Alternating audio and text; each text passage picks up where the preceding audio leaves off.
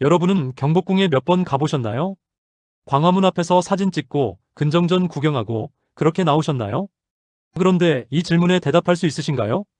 광화문 뒤에 문이 몇 개 더 있는지 아십니까? 정답은 2개입니다. 광화문 뒤에는 흥내문이 있고 흥내문 뒤에는 근정문이 있습니다. 총 3겹의 문. 왜 하나가 아니라 3개일까요? 단순히 크게 짓고 싶어서?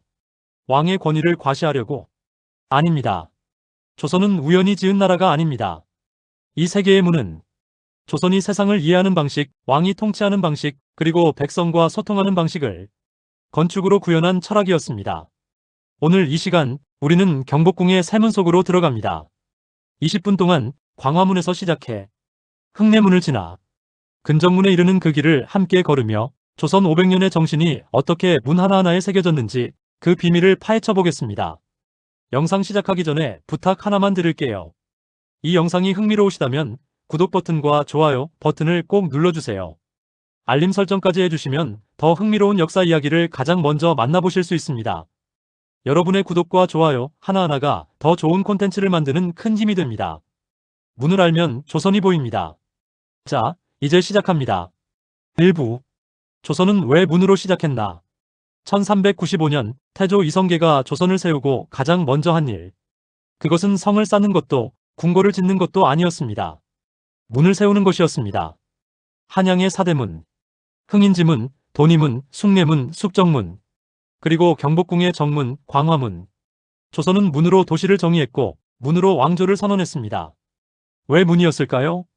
유교 국가인 조선에서 문은 단순한 통로가 아니었습니다. 문은 경계였습니다. 안과 밖, 성스러움과 세속, 왕과 백성, 질서와 혼란을 나누는 선. 조선의 철학자들은 이렇게 믿었습니다. 세상은 질서로 이루어져 있다. 그 질서를 지키려면 명확한 경계가 필요하다. 그래서 문을 세웠습니다. 문을 통과한다는 것은 한 세계에서 다른 세계로 넘어가는 의식이었습니다. 경복궁의 세문도 마찬가지입니다. 첫 번째 문, 광화문. 세상과 궁궐의 경계. 두 번째 문, 흥례문. 세속과 예의의 경계. 세 번째 문, 근정문. 인간과 왕의 경계. 이 세 문을 지날 때마다 사람들은 다른 세계로 들어갔습니다. 관리는 평민에서 신하가 되고, 신하는 인간에서 왕을 모시는 존재가 되고, 왕은 개인에서 나라 그 자체가 되었습니다. 그래서 조선은 문으로 시작했습니다. 문이 있어야 질서가 서고, 질서가 서야 나라가 선다. 이것이 조선이 세운 첫 번째 원칙이었습니다. 2부. 광화문, 빛으로 세상을 열다. 자, 이제 우리는 경복궁 앞에 섰습니다. 눈앞에 거대한 문이 보입니다. 광화문. 이 문의 이름 한 글자 한 글자가 의미가 있습니다. 광은 빛광, 화 교화하다, 변화시키다. 문, 빛으로 세상을 교화하는 문. 이것이 광화문의 뜻입니다. 조선은 스스로를 빛의 나라라고 생각했습니다. 어둠 속에 있던 백성들을 유교의 가르침으로 밝게 비추고 도덕으로 이끌어 새로운 세상을 만들겠다는 선언. 그것이 광화문이었습니다. 광화문 앞에는 넓은 광장이 펼쳐집니다. 오늘날의 광화문 광장, 그리고 세종대로. 조선시대의 이곳은 6조거리였습니다. 이조, 호조, 예조, 병조, 형조, 공조. 6개의 중앙부처가 늘어선 거리. 아침이면 이 거리는 수많은 관리들로 붐볐습니다. 갓을 쓰고 도포를 입은 양반들, 궁궐로 출근하는 관리들, 진정서를 들고 온 백성들. 그들 모두가 이 광화문을 올려다봤습니다. 하지만 광화문은 아무나 지나갈 수 있는 문이 아니었습니다. 이 문은 특별한 날에만 열렸습니다. 국가에 큰 행사가 있을 때, 외국 사신이 방문했을 때, 과거 시험 합격자들이 입궐할 때, 왕의 행차가 있을 때, 이런 특별한 순간에만 광화문은 천천히 무겁게 열렸습니다. 문이 열리면 그 안에서 또 다른 세계가 드러났습니다. 광화문 안쪽 넓은 뜰 너머로 또 하나의 문이 보입니다. 그것이 바로 두 번째 문, 흥례문입니다. 광화문은 조선의 얼굴이었습니다. 세상을 향해 열린 문, 백성을 향해 선언하는 문. 우리는 빛으로 다스린다. 도덕으로 이끈다. 이것이 조선이다. 하지만 광화문을 지났다고 해서 왕을 만날 수 있는 것은 아니었습니다. 이제 두 번째 관문이 기다립니다. 예의문, 흥례문. 3부. 흥례문, 예의 없인 들어갈 수 없다. 광화문을 통과하면 넓은 공간이 펼쳐집니다. 양쪽으로 행각이 늘어서 있고 가운데 넓은 뜰이 있습니다. 그리고 그 뜰 끝에 두 번째 문이 서 있습니다. 흥례문. 흥은 일어나다, 흥하다. 의례는 예의, 의례. 예가 일어나는 문. 조선은 예의 나라였습니다. 유교에서 가장 중요한 덕목이 무엇인가? 예입니다. 왕이든 신하든 백성이든 모두가 예를 지켜야 세상이 평화롭다. 이것이 조선의 핵심 가치였습니다. 흥내문 앞. 신하들은 이곳에서 옷매무새를 다듬었습니다. 각근을 조이고 허리띠를 바로하고 마음을 가다듬었습니다. 왜냐하면 이 문을 넘으면 더 이상 평범한 사람이 아니기 때문입니다. 왕을 보필하는 신하, 나라를 짊어진 관리로서 예를 갖춘 존재가 되어야 했습니다. 흥내문을 통과할 때 신하들은 고개를 숙였습니다. 눈을 내리깔고 조심스럽게 걸었습니다. 함부로 웃거나 떠들 수 없었습니다. 이곳은 예의 공간이었으니까요. 재미있는 사실이 있습니다. 흥내문은 광화문보다 작습니다. 덜 화려하고 덜 웅장합니다. 왜 그랬을까요? 광화문은 밖을 향한 문입니다. 세상에게 보여주는 문. 그래서 크고 당당해야 했습니다. 하지만 흥내문은 안을 향한 문입니다. 자신을 돌아보는 문. 그래서 겸손하고 절제되어야 했습니다. 조선의 건축은 이렇게 말합니다. 밖으로는 당당하되 안으로는 겸손하라. 세상을 향해서는 빛이 되되 자신을 향해서는 예를 세워라. 흥내문은 그래서 자기 성찰의 문이었습니다. 왕도 신하도 이 문을 지나며 스스로에게 물었습니다. 나는 지금 예를 갖추고 있는가? 흥내문을 지나면 또 다른 뜰이 나옵니다. 그리고 마지막 문이 보입니다. 근정문.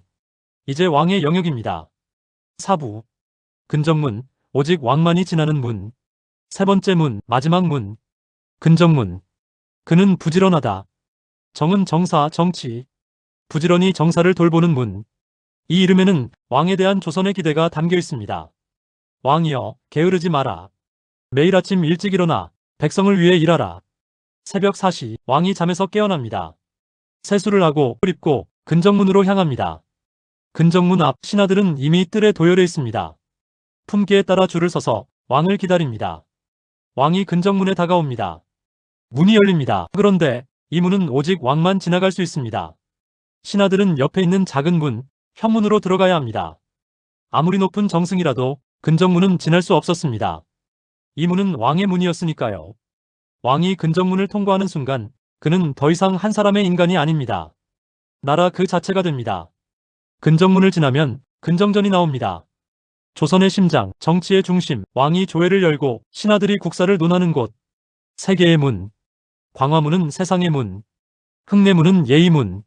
근정문은 왕의 문. 이 세 문을 모두 통과해야 비로소 조선의 권력 중심에 도달합니다. 이것은 단순한 건축이 아닙니다.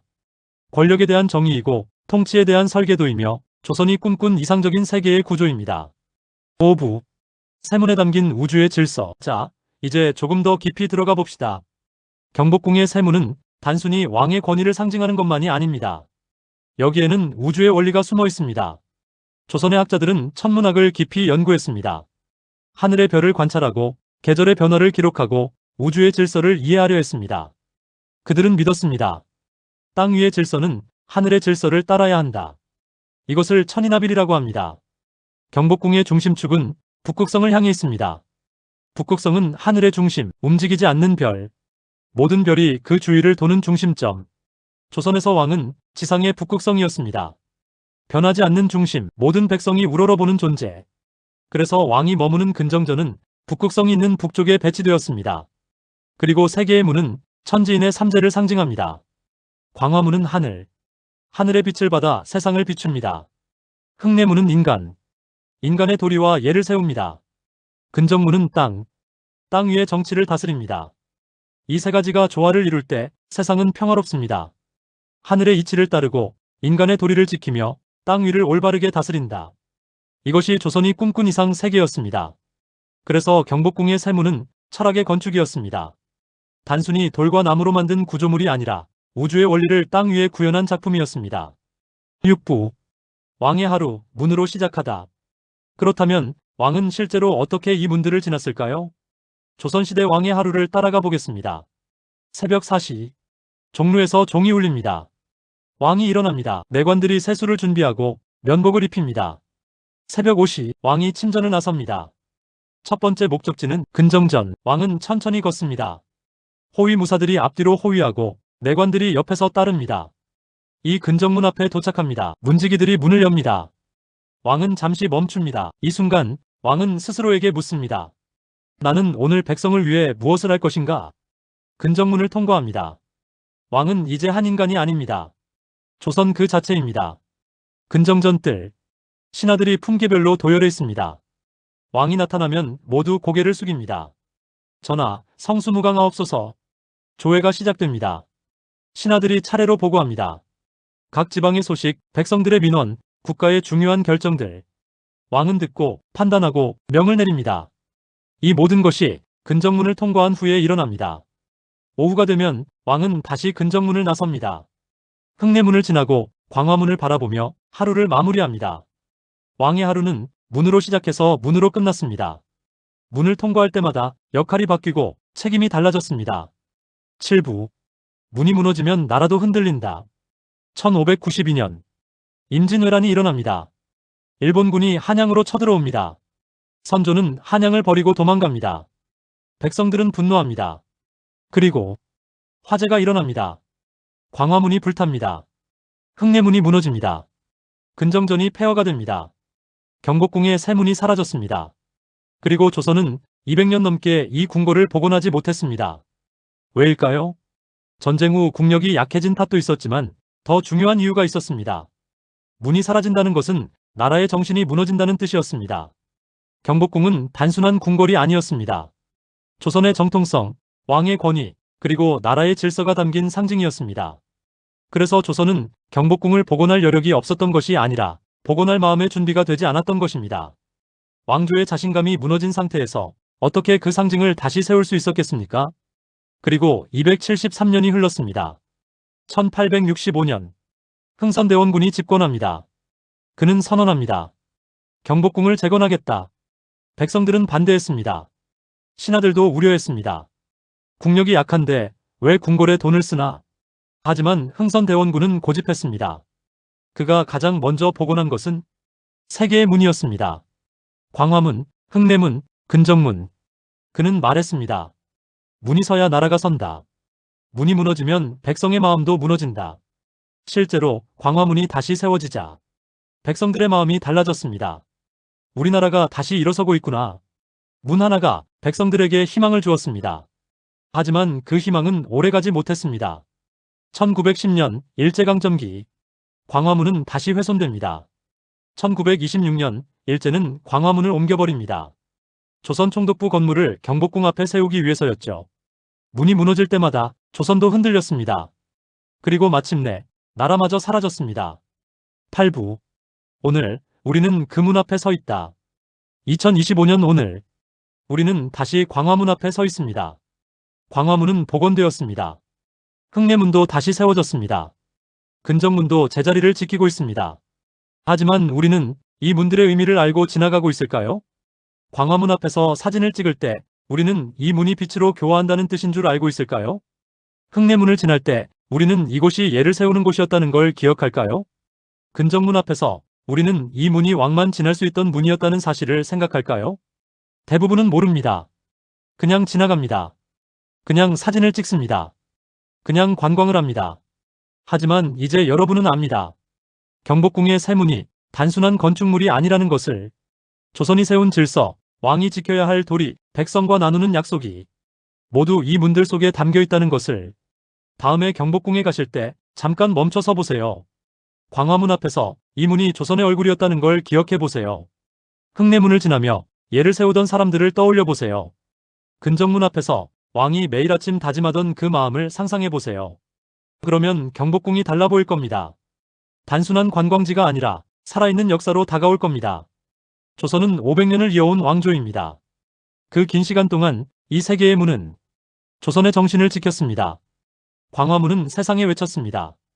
우리는 빛의 나라다. 흥내문은 신하들에게 말했습니다. 예를 잊지 마라. 근정문은 왕에게 속삭였습니다. 게으르지 마라. 백성을 위하라. 문 하나, 문 둘, 문 셋. 그 세 겹의 문 안에 조선의 모든 것이 담겨 있습니다. 문을 보면 나라가 보입니다. 경복궁의 새 문, 그것은 조선이 세운 질서의 지도였습니다. 그리고 오늘 우리는 그 문 앞에 서 있습니다. 다음에 경복궁에 가실 때 잠깐 멈춰 서서 생각해 보세요. 나는 지금 어떤 마음으로 이 문을 지나고 있는가? 조선의 사람들처럼 문을 지나며 마음을 세우는 것. 그것이 어쩌면 우리가 역사에서 배울 수 있는 가장 소중한 교훈일지도 모릅니다. 경복궁의 세 문, 광화문, 흥내문, 근정문. 그 문들은 지금도 조용히 우리를 기다리고 있습니다. 오늘 영상이 도움이 되셨다면 좋아요와 구독 부탁드립니다. 다음 영상에서는 경복궁의 또 다른 비밀들을 풀어드리겠습니다. 여러분, 감사합니다.